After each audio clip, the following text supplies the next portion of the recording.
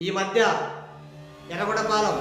MLA గారు తాడిపత్రి చంద్రశేఖర్ గారు సంక్రాంతి సంబరాలని ఒకటి పెట్టి ఈ నియోజకవర్గంలో ఏదో పెద్ద పండగ చేసినారని